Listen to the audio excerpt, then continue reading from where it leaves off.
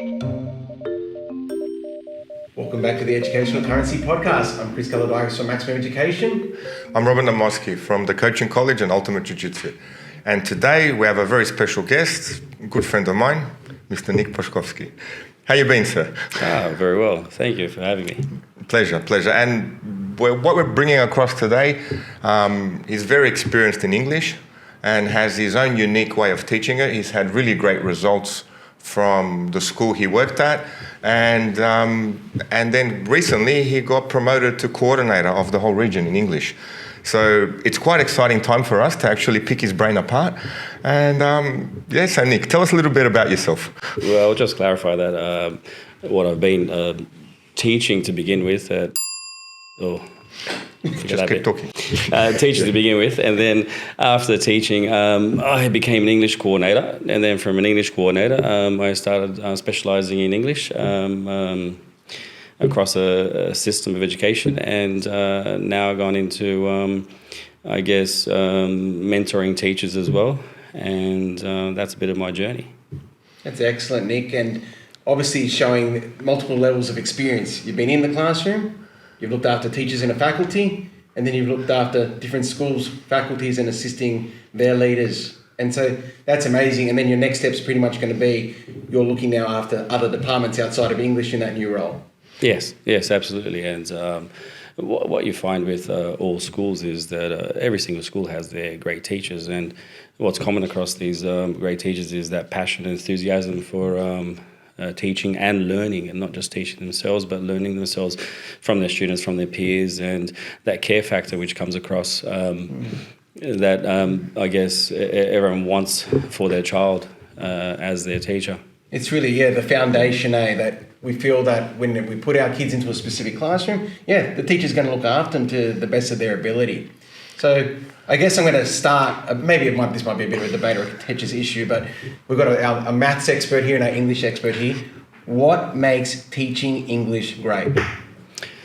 The ability to pick apart people like Rob here, maths teachers, and understand what they're going to say next and ask questions and understand who they are before they kind of understand who they are. Yes. And all the text I've read allows me to be able to do this. And his next question is going to be something about maths being so great and English not being as good. Actually, to tell you the truth, maths is great, but then at 19 years old, I wanted to talk to intelligent girls. So all those English books, I had to go back and read them. And actually, truth be told, we became friends recently, and even he made me go back and read 1984, George Orwell. Yeah, well, that's not going to get you girls. No, I'm happily, happily married now, very loving wife, 3 kids. And that was definitely not my intentions. No. It worked. Thank you, George Orwell. It might make you depressed or something like that. But of course, it will allow you to gain an insight into different periods in history and also understand people and the struggles they went through. Your parents, and not yours so much, have come from countries that shared similar, experiences as George Orwell. And I guess yourself and myself can relate to some of the things he writes about, which is interesting. And that, going back to the original question, is what makes English great, that everyone, no matter what their life experiences are, there's a text out there that captures who they are in some respect, and actually takes it further and actually allows you to see some possibilities beyond your own life that your life may have been or could have been like, and allows you to, get into that area of imagination. I have to admit, for myself, it was Dostoevsky. Yeah, absolutely. That was the Brothers Karamazov. Yeah, or the Idiot. Brothers Karamazov. Okay, as long as not the Idiot. No, the Idiot was a bit much. Well, that wasn't too bad. Brothers Karamazov, Crime and Punishment was good. Yes. But in your case, when did you decide? Okay, I'm going to be a teacher. Was there a turning point? Was there a teacher in your life? Or was there a moment that you can pinpoint to, especially for people listening to that are thinking of teaching as a profession? Well, this might sound a bit weird, but while at school, being a student, and it might sound a bit arrogant too, I had my English and I thought I could do a better job than they could. So I said, okay, let's give this a go. And it started off, that you guys might be familiar with, peer support. and actually mentoring younger kids. And I was very good at that at a young age. And I thought, this doesn't feel like a job. And if I could do this for the rest of my life where it's not a job and it's just working with people and making their lives better, this is easy and I get paid for it. Nice. That's pretty cool. So it was basically in high school, you knew. Coming out of high school, year 12, you knew this is, I'm going to step into teaching. Yeah. I actually said it to my maths teacher, funnily enough. There you go. Yeah. That's crazy. She asked me, what do you want to be? I said, I wanted to be an English teacher. Not an English teacher, just a teacher. I didn't know what a teacher wanted to be at that stage. And she swore at me and said, why do you want to do that? You want to deal with kids like this in the classroom and outside class? And I was shocked with the swearing to begin with. But then I realised that for some people it may be difficult, but for me, it's not. And it comes quite naturally, and that rapport with other people, it's great. Spending a whole day with so many different types of people and a diverse range of students, especially at the schools I've taught at, the variety of students we get is fantastic, and you get to see people's lives, not just through text, but people. Yeah. And I guess rapport is foundational, and that brings me to my next question. What does your classroom look like? How do you work on that rapport with your student, and how do you get the best out of them? What does it look like being in Mr. Boskovski's class? Well, one thing I pride myself on is I don't change much. At home, here, in the classroom, I'm much the same. The way I treat you is the way I treat my students. The way I treat other people is the way I treat my students. I'm the same person. I'm pretty fair. I'm pretty open. I call a spade, and whatever the issue may be, whatever the subject may be, I'm just pretty open to discussions and treat people with respect, and they treat me with respect. There's a bit of, I guess, banter and a few jokes that are thrown around, and hopefully the more intelligent students can give back as good as they get, and if they can't, they're going to have to work on their material. So it's quite relaxed, but it's intense simultaneously, where expectations are high, standards are high. You've got to come to the party, so to speak, otherwise you'll fall behind. Yeah. So in your case, especially mentoring teachers, and with our podcast, we're looking at developing teachers and getting more into the profession. In your opinion, right at the beginning of a teaching profession, what makes or breaks a teacher, if you could pinpoint to one thing from your experience? Passion and caring. Now, you might face some adversity to begin with and deal with some problematic children or staff members or whatever it may be. But if you maintain that passion and, I guess, that commitment to caring for other people, it's worth it in the end. Monetarily, no, it's not worth it. But intrinsically, what it offers in terms of happiness in watching other people be happy with achievements, and I'm not talking about people getting 90% plus. Sometimes a pass is better than a 90%. And I've seen that in one of my classes where I'll tell you the story that there's a boy in my class that when I was handing back assessments and I watched him look at his assessment, and he went yes, and he was really excited about his assessment, and I went, what mark did he actually get? And I looked back at his mark and he passed, and that's all he got. And that was, and I'm telling the story because it's one of the better achievements I've had in my class. It's just a pass. And I've had obviously some really good results, but that is up there with the best of them. Yeah. Wow. So your humanity, being a human. Yeah. I am a humanist. So getting in touch, having that intuitive sense of actually human. We all interact with each other. Generally, you do want better for the person next to you, and then you find ways to build them up. But coming from an early teacher, where do you think they go wrong? What would be the one mistake you could tell a beginner teacher to really watch out for? Because it is, they say, 60% leave the profession in 5 years. Yeah. Other teachers can be a problem. Other teachers who are, I guess, disenchanted. Other teachers who do not have the passion. It's who you surround yourself with. Go find those good teachers. Go find those people at your school that actually care, and learn from them and work with them. Stay away from the negative people because it'll just make your day worse, and you're not going to learn much from them if it's always complaining. And that's the best advice I could give to beginning teachers. Stay with those teachers that care. See what they're doing, see what their success is, and see who you are in comparison and be yourself. Don't try to imitate them. Bring the best out of yourself. Yeah, that's it. Align yourselves with those who can still see the fire and passion and pretty much in directions where you want to go in your career and, follow that pathway through mentorship and support, which obviously you give. One thing I want to raise, and this comes down to English, and obviously, once again, a contentious issue between maths and English. He's the expert. he is the English expert. But English is the only mandatory subject from 7 to 12 doing a HSC. It is the only mandatory subject there is. And with that, obviously, comes challenges because it's not everyone's strength. How does that affect you as a teacher, and how do you support then those students where English isn't their passion, but they need it if they're going to get a good HSC? What do you recommend there? What strategies would you be talking to there? How do you support those students and, I guess, ignite that passion in them? Well, there's many facets to your question. Yeah. How would others ignite them? It's on an individual basis. How do I ignite them? Build that rapport that you mentioned before. Yeah. Find out what they're interested in. Find out what you're interested in. Let them know a bit about you, who you are. Don't close yourself off. Make sure they understand that you're fallible too, that you're not perfect. There's flaws in you, and you haven't always been great. There might be some things that you're not good at, and share that journey with them. And I guess they'll be learning from you, but also learning about themselves. And getting students to work for you, the secret, if there is one, is trust.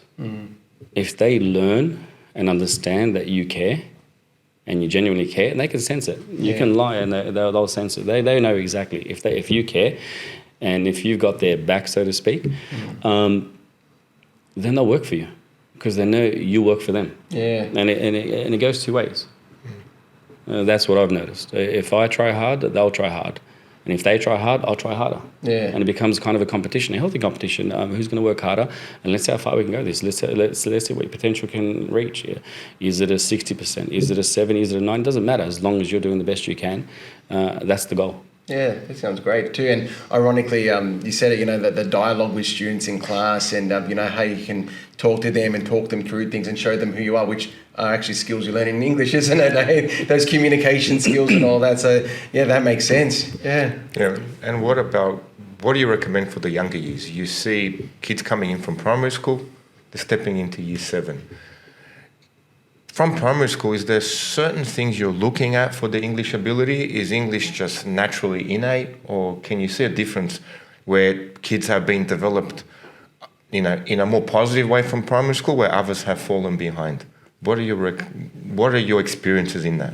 Well, the students come from different primary schools, bring with them different skills, and often you'll find that some primary school teachers are, I guess, more apt in teaching certain subjects versus other subjects, and certain primary schools might have a really strong math group because they've focused on maths. And I don't know exactly what is happening in primary school, but I'm sure they are teaching all the subjects. But like most teachers, their strengths lie in different areas, and they come across, I guess, stronger in one area more than the other. And it's my job once they get there to push them harder. And the funniest thing is the shock they receive when they come to my class in year 7, because they're not used to the load, they're not used to the work, they're not used to me. Yeah. And the funny thing is, what's the right word here? I guess, I don't want to say ruder, but maybe the more abrupt I am, the more straight I am, the more they like you. Yeah. Especially boys.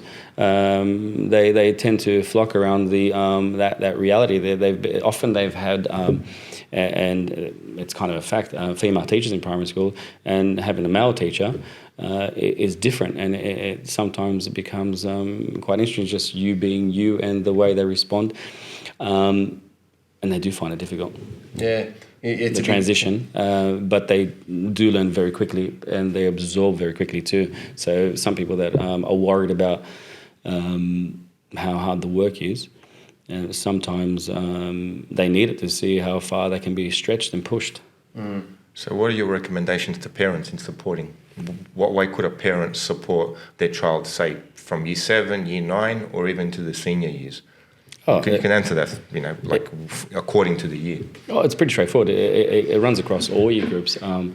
in English, you're studying people, generally speaking, and human experiences, which is a module in Year 12 that all kids do, runs across all humans. So therefore, even if the parents haven't read the text, haven't experienced the text, they can still discuss what is occurring in the text, no matter, even if they don't speak English. It's universal, these experiences, and parents can always be involved in English, can always discuss the subject matter, because the technical aspects of the course, the teachers can do that, and parents don't need to know that. But the ideas behind humanity, parents are quite capable of actually understanding, and they should be able to share those discussions with their parents. And often I ask my students, so who brought this conversation home? And often awkward conversations, and we have those in the higher order English courses like extension. And sometimes parents engage, and sometimes parents are tired and say, just leave me alone. But it is what it is.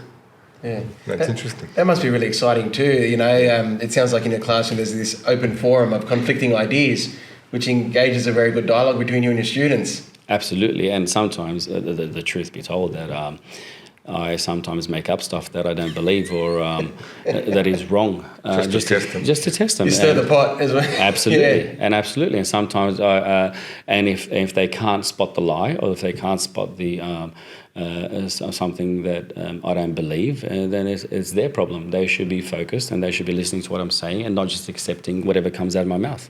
They should be questioning. They should be critical of what I say, and then I tell them of every teacher or every human. Why accept anything that comes out of their mouth? Question. And that's the skill I try to teach them. And I throw in lies, I throw in fibs on purpose. That's awesome. It's a really getting to think higher order. It's very important. If you're going to get a mentor, he's not going to be the almighty. You have to chop him apart into what is positive about him and what would I do different if I was mentoring someone else. Yeah. So that's what pushes us, the next generation to be better. Yeah. But now, from your career as a teacher, well, moving up through to the positions you've got, how does that come across the curriculum? What changes have you implemented across curriculum that you see, okay, this would benefit a high school kid, or this would benefit a teacher?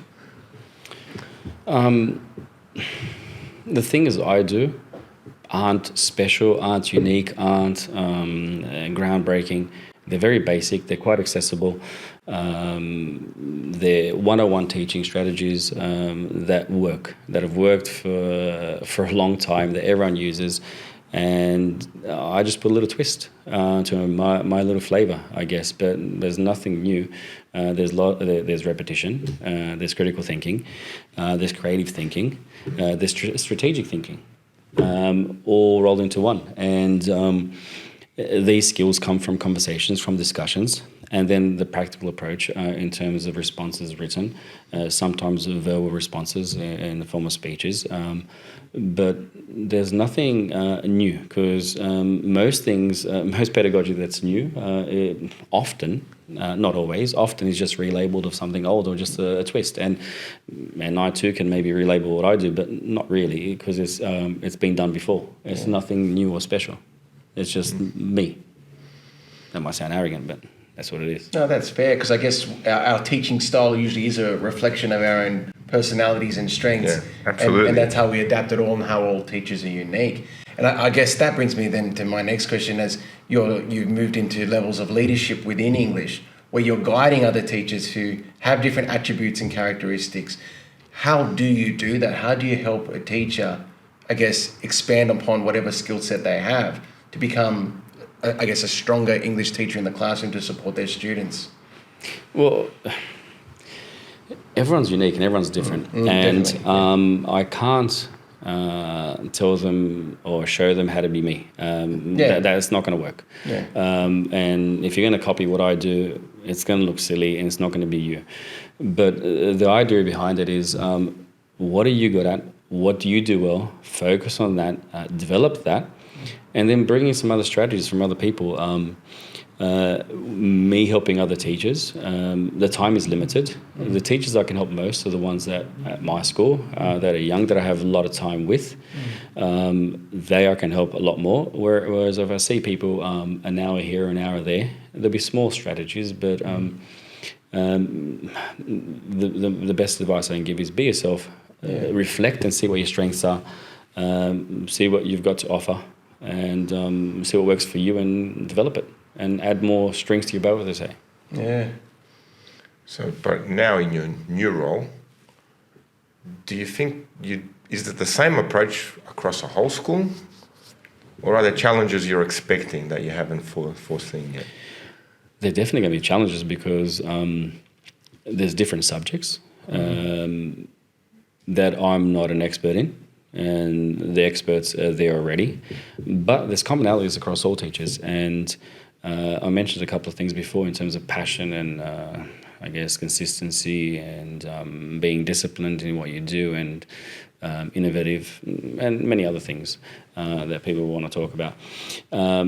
So there's commonalities between these good teachers, and I guess my job would be to, share these, not just from me, but from other teachers that are there. There's great teachers in every school, and if I can just tap into some of the teachers that I work with and say, look, you do this really, really well, can you just show everyone else how you do it? Now, everyone else might not copy you, but there might be one or two people that go, okay, I can do that, and I get that. And then the more we can share ideas, and the more we can actually show our skills across the whole school, because every school that I've been to has fantastic teachers. And sometimes they're allowed to shine, sometimes they're held back for various reasons. They can't teach certain subjects because of whoever's involved or whatever it may be. But there's great teachers everywhere, and it's not just learning from me, it's learning from each other. I learn a lot from others that even new teachers I can learn a lot from, and I do learn a lot from, because they're doing things that are different to what I started doing as well. So you could say, as a teacher halfway through his career, would you say you change as a teacher every 5 years, every 10 years? What was Nick like 5 years ago to 10 years ago to you now? And what do you hope to be like in 5 to 10 years' time? At the core, I'm the same. In terms of repertoire, in terms of what I've learnt over the years, I'm a lot better in terms of content and skills. But at the core, I haven't changed much. With old age, I've mellowed maybe. I'm a bit slower and move around the room. I don't skip. I usually walk now. Did you used to skip? If I'm not sure, but I could if I wanted to. Yeah, I don't think I did skip, but and bags are a problem as you get older as well, between desks, and you don't want to trip on those things because you don't repair as well.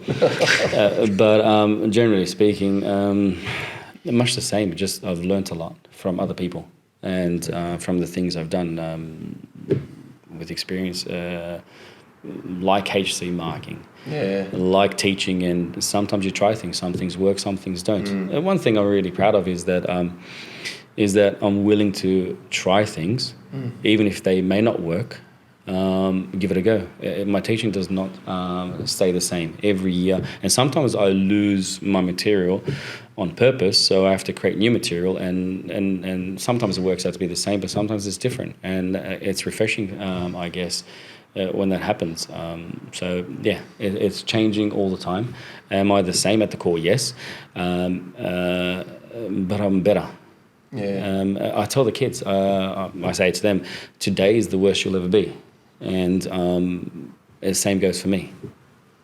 Because that's what keeps us motivated as teachers. You get that fulfillment in knowing that, okay, I taught this to a point. Oh man, I'm sure I can do this better. You put the effort in to make it better. You see what worked in the classroom.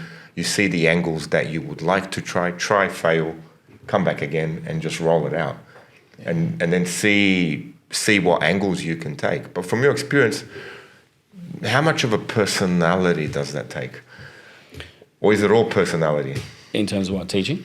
Yeah, in terms of presenting your material, I mean, you are the type of person that does progressively get better. Obviously, that's what you said. Is it a personality type, Now, you have done your psychoanalysis, doing your Extension 1 English. So what would you say from all that? Well, I'm driven. I enjoy competition. I promote competition, competition within my students, competition within my peers. Friendly, of course, nothing serious, and a bit of banter. Yeah. And I'm willing to take on anyone. If you guys wanted to go, in terms of let's see how your kids, the same kids in your class versus mine, let's go for it. And I'm happy to do that because it's fun. It's a lot like sport in that sense. And the more success you have, the more I guess everyone's happier. And it's all about getting students to that point they want to get to. And if you can have fun while doing that, why not? Yeah. Absolutely. And I like the way you said that there, because like friendly competition, but at the end of the day, everyone wins because you're all trying to push your best and get the best results, and especially at that top end in year 12 too, when it's really helping them get to the goal they want to be next year. I also like what you said before too about when you're learning from other teachers or other research. And I couldn't emulate how to be Nick Boskovski, but from what I'm learning today, there are attributes of what you've mentioned where I could try that, and I could learn it, and it might have worked for me. But you know what? It might as well. And then I've grown as a teacher too. So I think that's an excellent point as well. Going back to those successes and speaking about year 12s going towards the HSC, it's obviously a very stressful time too. How do you support the year 12s? Because it's not just giving them the content, it's the stress factor. And with English, it's just that little bit more stressful, isn't it? Because they know it's going to count regardless, and that they want to do well in it. It's such an important subject for the HSC. But to be honest, no. There's no stress in terms of results because all the hard work is done beforehand. You come to a point, and it's usually around July, August, where everything's done. And all you're doing from July to September, refining. Yeah. The only stress you have is the day of the exam, in terms of being under exam conditions. But in terms of preparation, everything's done. Everything's sorted. My students, generally speaking, have work that should be able to get them very high results. Now, the factors that are unknown are questions, how they feel on the day. They might be sick, they might be slightly off. Those things we can't control. Both the controllable variables we control, and then knowing that we go into the exam feeling okay. Yeah, that's it. So you help build that, like, as long as you've looked at so many angles with the work you've given them and prepared them, hopefully that instills them with confidence. Absolutely, and that's the whole idea. And you'll see students in my class around, let's say, March, they're still a bit anxious, and that's part of my doing too, and I want them to feel uncomfortable. Yeah, some pressure's good, eh? Absolutely. Yeah. And pressure stays all the way, and then they need to learn to be comfortable being uncomfortable. And when they get to, as I said before, around July, August, they know what they have to do, and it's no longer me telling them what to do. They're now telling me what they want from me. Yeah. So, sir, can you do this for me? Sir, can you do that for me? No problem. Sir, can you look at this? And I wanted to achieve this. Am I doing it? It's no longer what do you think. It's this what I'm trying to. There's purpose in their work. Yeah. And they've gone from me holding their hand, so to speak, to them taking my hand and telling me what they want from me. That's pretty awesome too, because I'm guessing that means you're taking on a lot of extra work that is at your own call. But if you're going to be a higher level teacher, which you are, that door needs to be open where the student is dictating the pace almost. Well, that door never closes. Yeah. That door stays open, I guess, all the way through up until days before the HSC. And there's a common factor which I found with students that are achieving high band 6 day rankings, and that is they tend to send work up until a day or two before the HSC. Yeah. With all my students. The really, really high performers do that. And just touching all bases. And towards the end, they're preparing their responses and preparing their work with things that are a little bit left field. So they finish all the stuff that's, I guess, normal, and now left field stuff, and becomes a bit of an interest at the end. What about this? Yeah, that's good. And there might be, extending themselves at the end. That's what makes it interesting. Yeah. And so they're putting it like themselves into it a bit more and like going beyond what they initially thought they could write. Absolutely. Yeah. And one of the funny things is, if you spoke to some of my students, the way they speak is very different to the way they write. Yeah. The way they write is extraordinary. There's some really good writers that have come through my classes, but they're like us, everyday people. Yeah. But they're coming top 10 in the state in their courses, and that's pretty special, especially when you got those selective schools. They have the best of the best, the cream of the crop, and they're just coming from our local suburbs. Yeah, that's amazing.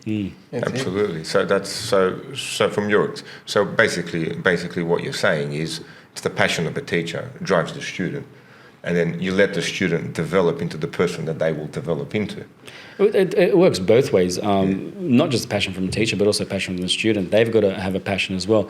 And look, the last, going back now to 2021 and 2022, those 2 years, there was 2 students that were coming second last or third last. And one of them came second, the other one came first. And it was they were close to quitting. Yeah. Advanced. And they wanted to quit. And if they're watching, they know who they are.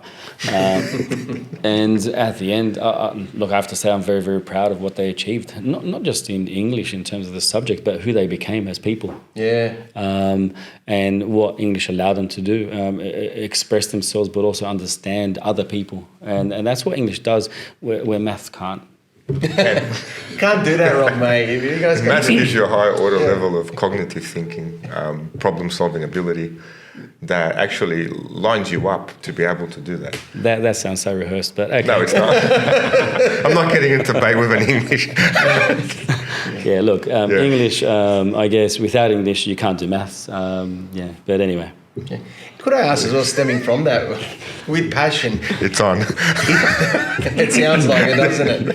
We'll get to IPT in a sec. No, Yeah, we're taking over the world with AI. Okay? Then you guys become obsolete. That's okay. all right. So what's Well, the we point all of view? There's nothing to discuss. I don't know about that. Yeah.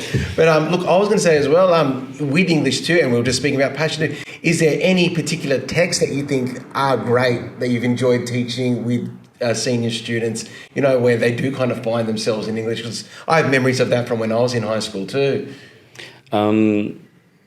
There's so many. There's so many. I only teach a select few, but there's so many out there, great texts. And look, I'm going to say something weird. Some of the greatest texts that I've ever read was as a child. I love Roald Dahl. Yeah. He captured me at a very young age, and the disgusting stuff that he wrote about is exactly what I wanted to hear at that age. And I guess that's the kind of thing that gets people into English. Being there at the right time, at the right place, with the right text, and getting that child. You're not going to get, let's say, for example, Orwell, as you mentioned before, a child in year 4 with that text, but a kid maybe in their late teens, they might be appealing to them. Roald Dahl's gone for them then. But that initial stage, finding those texts as a boy, the twits, was wonderful.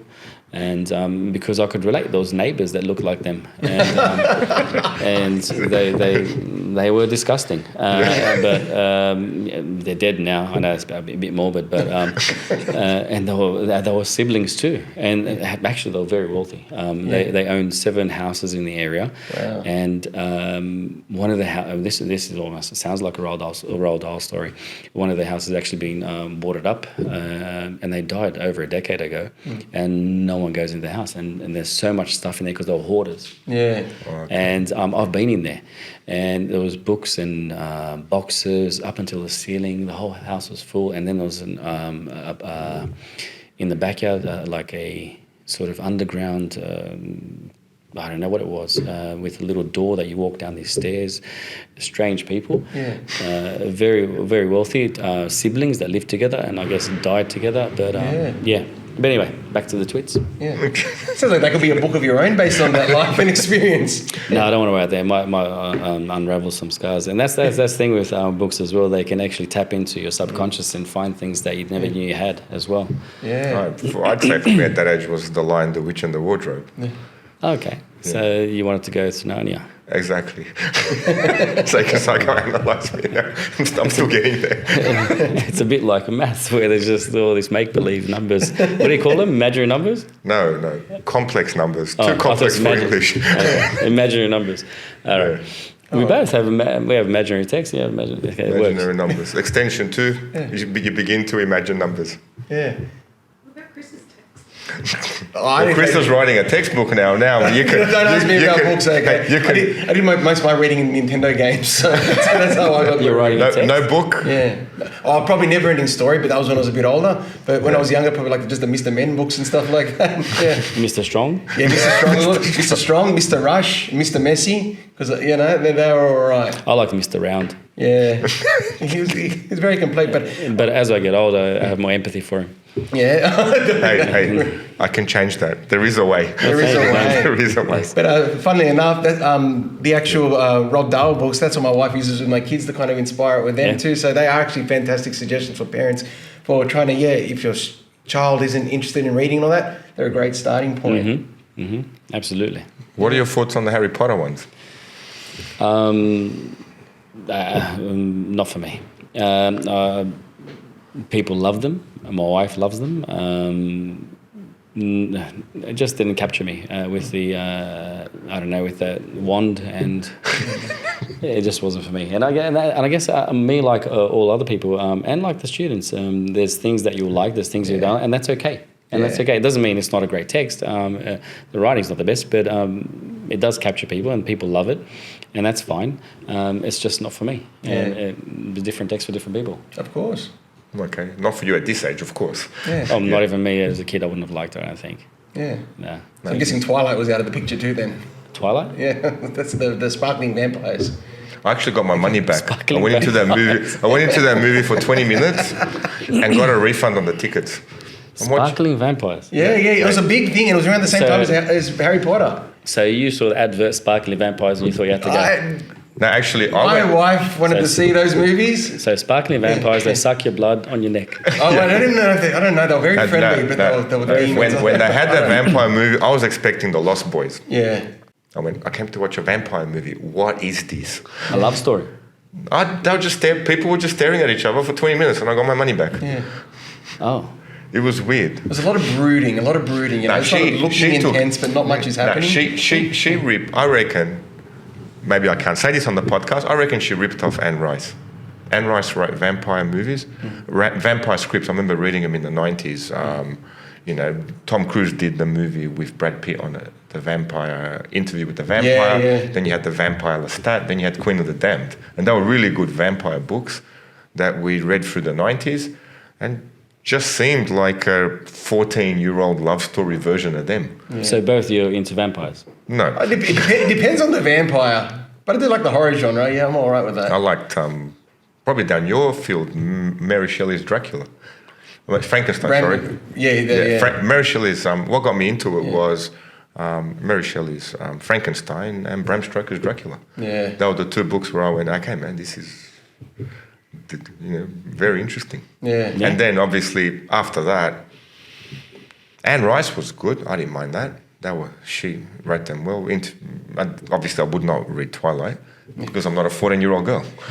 Oh, it's a bit sexist, but I don't identify as a 14-year-old. Sorry to any of our audience out there who enjoys Twilight, okay? Yeah. As you said before, there's something for everyone. My daughter wants to watch it now, and I go to my wife, just let her. I would watch it as for my daughter. You wouldn't? I put you on the spot now. I'd watch it with her. That's what I'm saying. Yeah, 100%. I'd do anything for her. I mean, Just put some headphones in. Mate, I watched that Elsa movie to death. I could literally recite the songs. Yeah, Frozen's awesome. You would have done a bit of Frozen watching too, I imagine. Just let it go. Let's, Just let it go. Just let it go. let's get Because you're at that age now. Yeah. So with your kids now, well, since we've moved into that, what text would you like to introduce? Or you let them pick their own?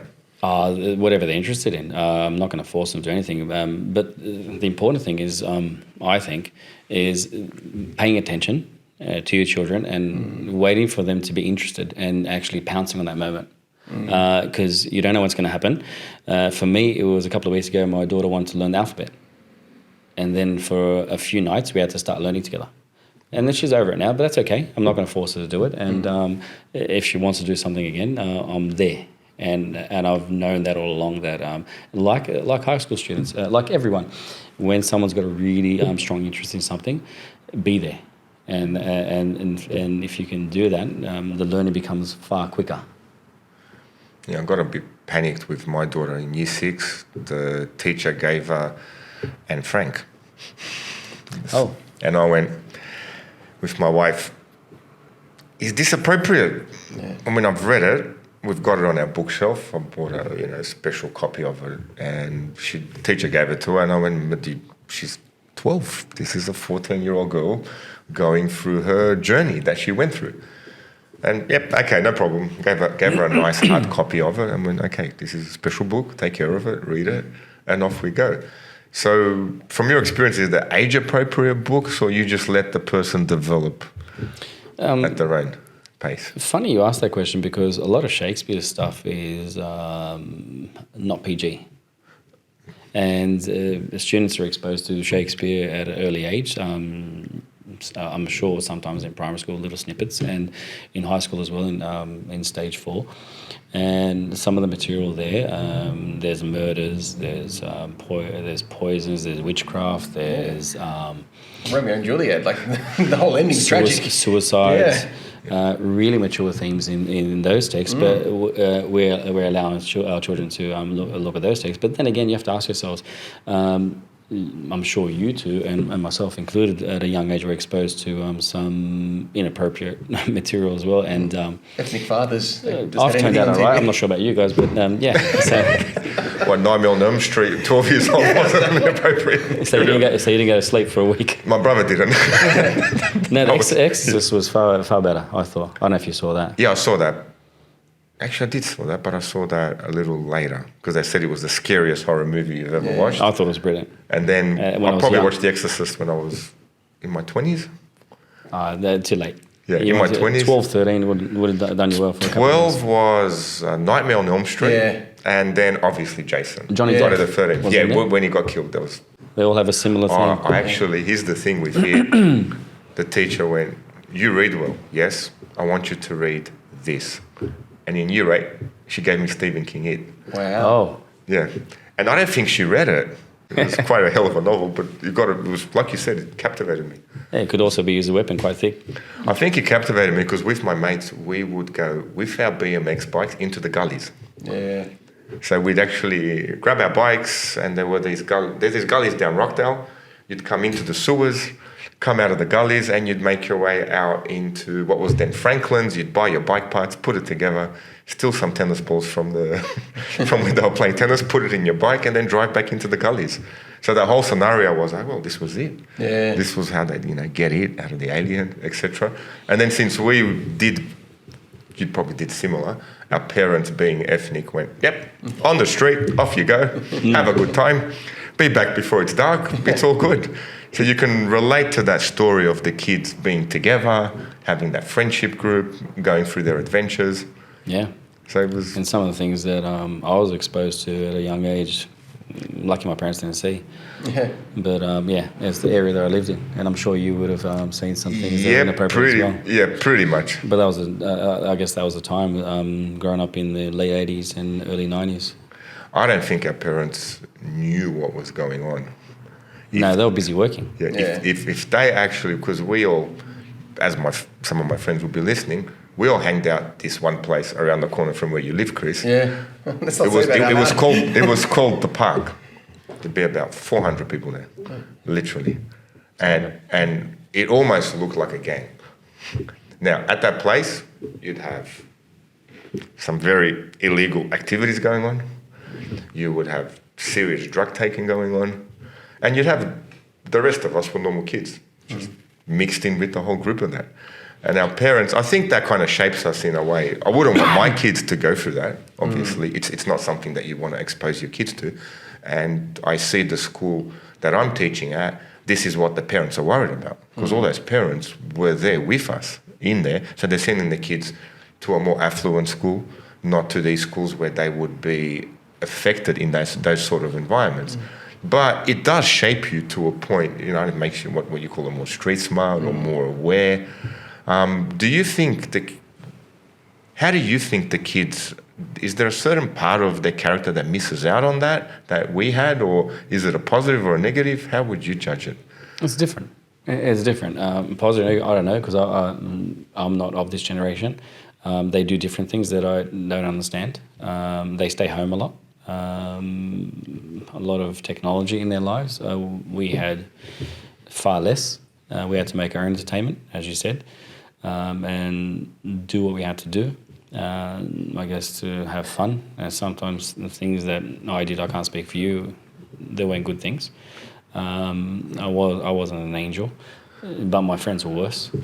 And today, I guess, knowing these things, I guess you keep your kids at home because you know there's dangers out there. And also, the areas that I live in, which I grew up in as well, has become far busier. There's a lot more people, and therefore there's a lot more strangers. In the past, you would know most of the people. Now you'd know far less than you would know. That becomes an issue, I think, as well. I think with the area I grew up in, it just became expensive. So that sort of immigrant class where the kids were just out playing while the parents worked were pushed out of the area. Yeah. Yeah. So now you do have areas that are like that. Yeah. You know, where I guess, you know, we had a previous guest on classroom management. Yeah. You know, Stoyan works with kids like that. Yeah. Whereas we don't get kids like that. Yeah. Our worst kid won't make Stoyan's radar. Yeah. You know, compared to that. So it's just I guess it's our experiences that have shaped us to who we are now. That I guess brings it out into our teaching, into the way we teach. So why would you comment further on that, or what would you add from your English flavour to that? When you read the books, the literary books, you reading it from your experiences would teach it differently to someone reading it from their experiences. Absolutely. But would the message is the message still the same in a book, or it's what you take of it? No, it's not the same. And I'll try to explain myself. First of all, because of my context, because of who I am, I approach text differently to some degree. But it's also my responsibility to make sure that I understand other perspectives from other people as well. It can't be just mine. And I have to share that. And then also explore why we have different perspectives. And then once we've done that, look at different literary theory and different literary lenses, and then look at it again from a more, I guess, academic point of view, not just a personal point of view, and then see how, I guess, text can be interpreted in many different ways. But the sad thing is, I'm not sure if sad is the right word, but most of our texts that we study here are Western texts, and it'll be interesting to see if we had some Asian texts, some South American texts, some Eastern European texts, some African texts, texts from around the world, because we do have some Asian texts and Australian texts, but a lot of it's from Europe and America as well. I guess a more worldly approach, because I'm sure the rest of the world has a lot to offer as well in terms of literature. We always hear about Shakespeare, but I'm sure that other countries have their own Shakespeares that would give us insights into their lives and a different aspect of humanity's culture and humanity's past. Yeah, I think you're right. That's why I think because of my ethnic background, I related more to Dostoevsky than Shakespeare. Mm-hmm. You know, it felt more natural. Sure, but Shakespeare's themes are universal. He does, I have to admit, explore themes that no matter where you're from, you do experience. Love, hate, jealousy, whatever it may be. Those themes are archetypal across the whole world. So Yeah, and that's what makes him great. Yeah. That is accessible to everyone. But my point was that I'm sure there's other great writers out there that we could study, but maybe we haven't got time. And maybe that's just the way it is in Australia, the way we look at our texts. But it would be interesting because the Greeks, I've heard, have written some good stuff. Oh, yeah, we're all right, eh? You know, when it comes to philosophy and the foundations of life, mate, we're number one. Yeah. First it was the maths though, because they actually might have to bring her in, Dr. Laura Kotevska. She does the research on the ancient mathematicians and the philosophical approach. And she spent years researching, she's a philosopher at Sydney Uni. So Laura, we expect you on this show. You're on the list now. You're on the list now. Yeah, so it's very interesting, even like you said before with the maths is locked in with the literature. So even the people who it's called Euclidean geometry. It's a guy that put the textbook together of all the ancient mathematicians. You'd have to be literate in order to do your maths, and vice versa. So like yourself, you could have swung and become a maths teacher either way, with the English. I did enjoy maths at school. So you have to have the balance of the two. I mean, I'm a better maths teacher because I read. You have to read. I mean, I got to get into our debates and discussions, etc., and I'm always open to learning. Me too. And it's that balance of that person that you need. You have to have. So it's not all maths. It's not all English. Although some of the English department could use a little maths. Yeah. I'm helping. Look, I'll admit, maths is more than 1, 2, 3, 4, 5, 6, 7, 8, 9, and 0. Yeah. But there's then more to it than that. It's that balance of thinking. Your critical thinking does improve with maths. And your approaches to solving problems, etc., analytically. So there is that. If you miss that element, then you're half developed. So even though I teach the highest level of maths at the high school, I'd read a book a month. I mean, we've done a review on the book Matthew Walker While We Sleep, and it's very important. But then on the other hand, people who are constantly getting into the literature do look at the analytical as well. And I know you do, obviously, with your job, and we have interesting conversations with that. But if you don't, you do miss out on that level of thinking because you're not analytical, even though you're literate. So you got to be careful as a person, balance yourself out with the two. And find someone like Nick here, even though you're a mathematician, to challenge you. Yeah, sometimes the irrational becomes rational with your thinking. Maths tends to be quite logical, but in our modern world... Oh, not really. I could show you maths... That's not logical?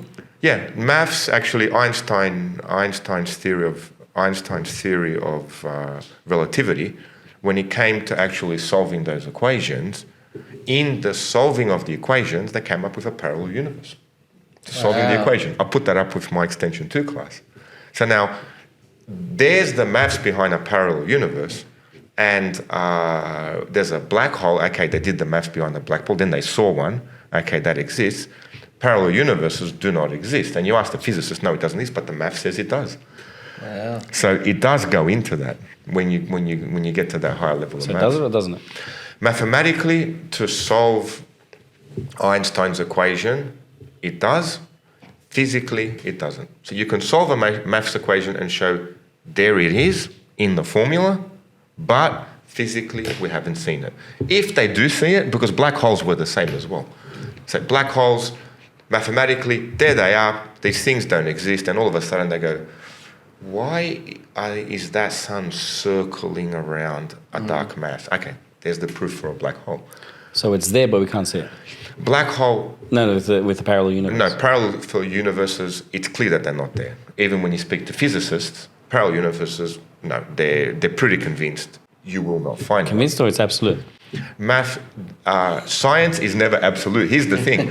Very interesting in Oppenheimer, there was a scene that happened where the general turns around and goes, okay, if I release this bomb, you're telling me there's a chance that nitrogen will ignite and end humanity.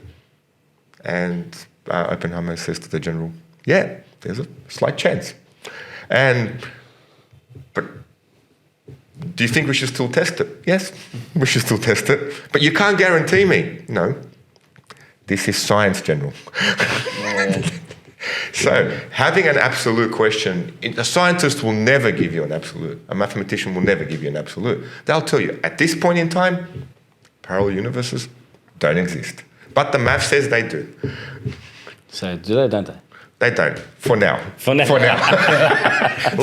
Hey, black holes didn't exist till they found one. That's it. So this is science. Yeah. That's the beauty of having that level of thinking, where it opens you up to, okay, whatever else you want to delve into. Yeah. And it's where that usually moves you into the STEMs, physics as well. Actually, my favorite subject was physics in high school. Yeah. Yeah, so it's Quarks. good. So any final comments you'd have for, say, parents in particular watching this podcast? As a parent, moving on with children into high school, what's one thing you would recommend would help in the home? Maybe a library, maybe a book collection. What would you, as a teacher of your experience, give advice to parents with kids moving into high school? Ask questions. Ask questions of what they're doing at school. Ask questions about what text they're reading, and open up discussions. Bring those texts to your dinner table. Bring those texts to, your family, whatever your family is doing at the time, and get involved in your child's learning, because you can help with your child's learning as well. And whatever they're discussing at school, I'm sure you can contribute and further their understanding of whatever subject that they're doing at school. Now, the technical aspects of English may not be the parents out there's forte, but the subject matter, everyone can get involved. Everyone's capable of discussing things about humanity and ideas, and English is all about ideas and thinking, and all parents can think and have ideas. Now, as long as now, sometimes your child may have conflicting ideas, and that's not a bad thing. And that sometimes is a good thing, where they disagree respectfully, of course, but discuss things with them. Ask them the right questions. Maybe even look at the text they're looking at and the novels they're reading, and read them yourselves, and then see what they're about. And then you'll have better questions to ask, and have conflicting ideas, and maybe compare your thoughts with theirs. And I think that's a great way to start, and also reignite your learning, but as well as your child's learning, and show an interest and continuing the conversation. And that way you can help my students as well do better. Excellent advice. That's excellent. And look, my final question to you, Nick, there's a prospective teacher out there who's thinking about coming into our industry, and as you said, although not so much as positively, you're motivated by your English teacher. What advice would you give them into coming into our industry? Come in, and if you care, have a passion, and you want to help people. And if you want to do that, it's not going to be easy. It's not going to be a walk in the park. There's a lot of hard work. There's a lot of sacrifice. There'll be some days where it won't work out. But as long as there's a lot more better days than bad days, it'll be okay, because it's quite rewarding. And in the end, monetarily not so much, but in terms of your happiness and your well-being, it is really good. Okay, awesome. Thank you very much for being our guest. Yeah, thanks, Thank you Nick. for having me. We were really looking forward to it. No, you give me a greater appreciation for English as a subject, and the discussion of ideas and dialogues. But a bit more respect for those English teachers now. Actually, do get into the reading of those texts. I do enjoy them myself as well. Good. So that's our. So what else are we looking forward to on our podcast? So going ahead. Yes. Okay. Yes. We'll have a few more guests on for the remainder of this season. Yep. Okay. And we're probably looking at bringing a nutritionist in, bringing a physiotherapist in, someone that can look at the overall health of your body. We're looking at other professional people that do use education outside of an education institute, teachers of dancing, soccer, etc. So we want to have an all-around approach with anything to do with education. So look forward to it, guys. Okay, thanks for listening, guys. I'm Chris Kaladakis from Maximum Education. And I'm Robert Namoski from the Coaching College and Ultimate Jiu-Jitsu. And thank you again, Nick. Thank you, Nick. Thank you, guys. Thank you. See you guys. See ya.